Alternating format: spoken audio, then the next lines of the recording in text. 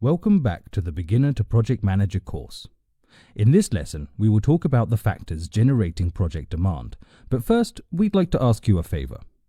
We would be really grateful if you could review our course. It's easy to do. All you have to do is click here and leave a rating. This will mean a lot to us, and will help other students know that this course is worth taking. The reason we're asking you to do this now is that this is a large course and most people do not complete all the lessons in one sitting, and eventually they miss the moment to leave a rating. So please, do it now. It should only take a couple of seconds and it will really validate our efforts. Thank you so much for this.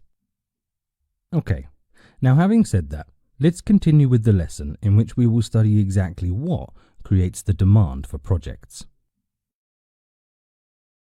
As I said in the previous lesson, a project must relate to a business strategy. But how are the two connected, and what creates the demand for a project in the first place? Good questions, so let's look into them. There are a few key triggers that will jumpstart a business into executing a project. There might be a market need.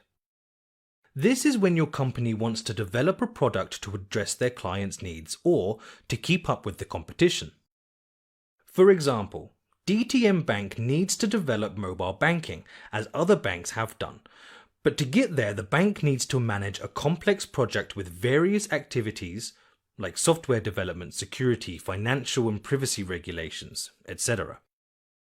And of course, all under time and budget constraints. If you are too late to introduce it, you risk losing customers. Or there could be a business need. During the financial crisis, for example, many companies had to execute projects to reduce costs, optimize processes, or increase revenues by expanding the customer base just to stay in business. Also, the demand for a project may arise from technological advancement. Technology may advance to the point where your business can be automated or your products need to change. For example, anything you use your smartphone for nowadays. Paying for things, booking a taxi, even ordering lunch surely involved a project. A project may come as the result of a customer request. Say if a key customer requires a tailored service or product. For example, you are a car dealer and your biggest client is a taxi company and they request making your internal systems more compatible with theirs. You are likely to approve such a project. Or due to legal requirements. Regulations and laws change, and the business will need to comply. Social media is a prime example, where laws and regulations are constantly updating as their technology and features advance. You've probably noticed the general data privacy regulations introduced in the EU, right? There could also be social needs. These can be anything from digging tunnels to extending hospitals to building an Eiffel Tower. Anything that a government or organization can do to satisfy a social need. And lastly, there are ecological impact considerations. Companies are often required and obliged to improve their industrial processes to reduce emissions.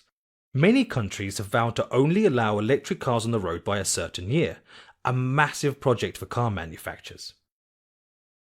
See, there are many things that can create a demand for a project, and all have to do with the company's or organization's wider strategy.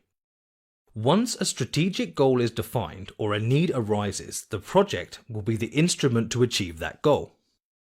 But needs, such as the ones mentioned, are not likely to arrive one by one in a timely manner. So how does a corporation choose which ones take priority and deserve a project? The demand will require a project proposal, and the owner of this proposal will need to put it to the attention of higher management to compete for the limited resources of the organization. Management will then review the projects and decide which ones to execute, which to discard, and which to postpone for a later date. Urgency is a key factor when selecting projects. Say, a new regulation is imposed which requires your company to comply with the latest standards or lose their license to work in the country. You can bet that the board of directors will prioritize a project that resolves this first. This process is referred to as project selection. It's an essential task for top management. They must select the projects which bring the most value to the company, financial and non-financial.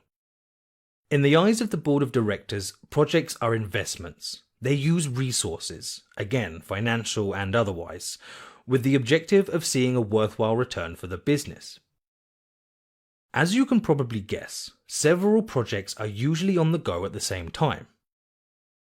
That said, when the board of directors is presented with possible projects, they often select several of them and add them into a project portfolio. The board of directors then dabbles in what is called project portfolio management. This is the process of prioritizing projects and the administration and control of large sets of projects and programs. Basically, the objective is to achieve the results and combine resources across projects in an optimal way. Like we said, projects are investments, and with any investment, the preliminary analysis needs to be performed with care. Projects consume enormous amounts of resources, finances, time, effort, and attention. So if they're not aligned with the business strategy, then they're a massive waste, leading to many disappointed stakeholders at best and a bankrupt business at worst. No pressure then. Great. Next lesson, we'll have a look at the project manager themselves and what their role involves. See you there.